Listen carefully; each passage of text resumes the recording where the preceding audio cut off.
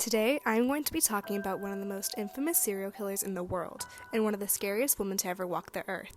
Her name is Elizabeth Báthory. Elizabeth was a sadistic and demented person who found pleasure in the suffering of others. She is one of the first serial killers ever documented and has left a lasting impact on just what can happen when a powerful and influential person uses their power for the wrong reasons. Born August 7, 1569, in Báthory, Hungary, Elizabeth was born into a prominent Protestant noble family, her uncle being the King of Poland. She was highly educated and learned to speak Hungarian, Slovak, Greek, Latin, and German. At the age of 10, she got engaged to 15-year-old Ferenc Nedeski of the Hungarian court, and together they became a very powerful couple. Once married to Ferenc, he gifted her Castle Kakite, a place that would become infamous for the crimes she would commit there. There are many important points on Elizabeth's life that would lead to her cynical ways. For one, her husband Ferenc taught her his own way of torture that he would employ on his misbehaving servant peasants, like putting balls of oiled paper between their feet and then setting them ablaze. Because of the peasant status, peasants were often considered less than human, and they were easily disposable, and could be disposed of without anyone raising an eyebrow, especially if the one doing the disposing was someone in such a powerful and influential position like Elizabeth was in.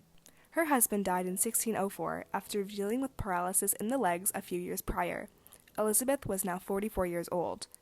This was another turning point for Elizabeth, who was now more sadistic than before, possibly due to the grief of losing her husband. We will now get into the crimes she committed. Her sadistic ways would take a turn when she took a liking for killing her victims instead of just simply torturing them.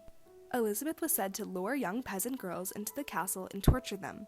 When she was satisfied, she would throw their, sometimes still alive bodies, over the walls of the castle to be eaten by wolves. She would also categorize her punishments based on the mistakes the peasant servant girls made. For example, if they made a mistake in sewing and stitching of clothes, they were stabbed repeatedly with long sewing needles, often being stripped naked before the torture began. She also liked to inflict a degree of psychological torture to accompany her physical torture. To the girls who she had stuck needles in their fingers, she would tell them that, if it hurts then she can take it out. When the servants took the needles out, she would beat them and then cut off the entire finger. Elizabeth was known to have many torture chambers in her castle. Here she would torture her victims by ripping out their flesh, removing their organs, and even causing her torture victims to cannibalize one another. Elizabeth was said to have bathed in the blood of virgins to keep herself looking beautiful and youthful, but none of the women who testified against her ever mentioned anything close to this practice taking place, so it was most likely a false claim. Though the floors of the torture chambers were often covered in blood that the peasants had to clean up. Many survivors of Elizabeth's torture tried to take it up with police, but there was nothing the law could do against her, as peasants could not bring charges against royalty, and it is said that the parents would even sell their children to Elizabeth for an exchange of money, knowing that she tortured the peasant servants. Elizabeth would later open a school for noblewomen, and it is said that she was running out of peasant servants, so to continue torturing the girls, she chose a new class of victim.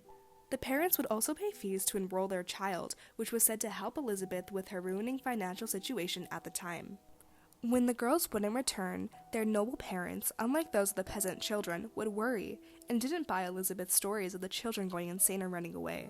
A royal investigation was now underway, and Elizabeth's torturous rule was about to reap what it sowed. Let's now get into what Elizabeth Báthory might have suffered from.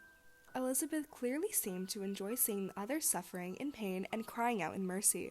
It is clear that she had a type of personality disorder, which can be described as an enduring pattern of inner experiences and behaviors that deviate markedly from the expectations of the individual's culture, is pervasive and inflexible, meaning that it is something the patient has to deal with for the rest of their life. It is something that has been onset in adolescence or early adulthood. It is maladaptive patterns of behaviors and thinking. In the DSM, personality disorders can be broken down into clusters. The DSM is a handbook used by mental health professionals to guide the diagnostic of mental disorders. Now, each cluster encompasses a distinct set of personality disorders, with commonalities regarding symptoms, behaviors, and underlying psychological patterns. Cluster B is marked by dramatic or erratic behaviors, intense emotions, extreme impulsivity, theatrics, promiscuousness, or law-breaking. The disorders in this category are borderline personality disorder, narcissistic personality disorder, and antisocial personality disorder. Of the three, it is theorized that Elizabeth may have suffered from antisocial personality disorder, which has no cure and can only be managed. This disorder is marked by a chronic pattern of complete disregard for the violation of the rights of others.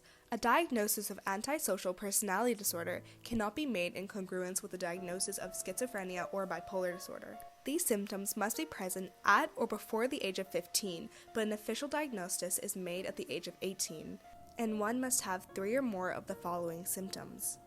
A. Failure to conform to social norms concerning lawful behavior, such as performing acts that are grounds for arrest. B.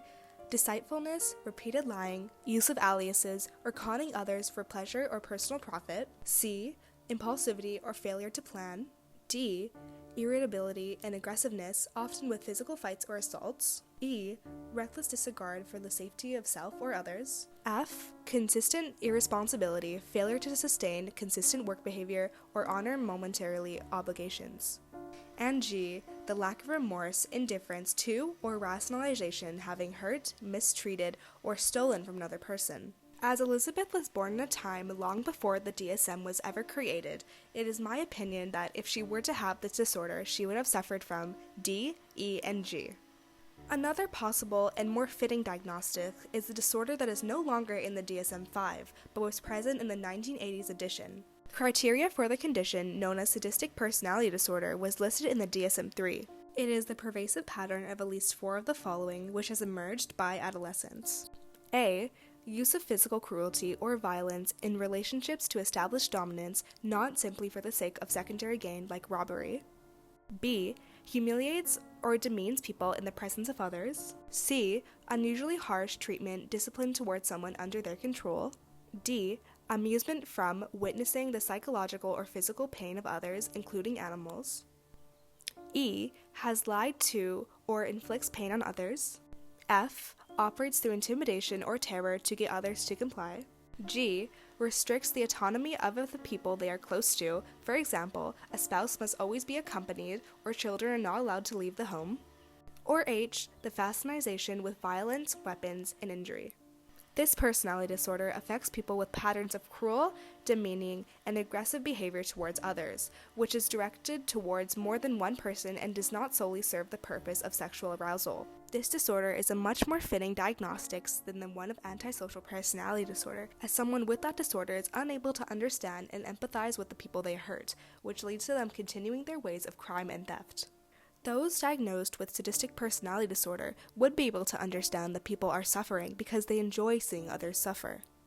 Elizabeth Báthory is said to have killed around 80 to 600 young women.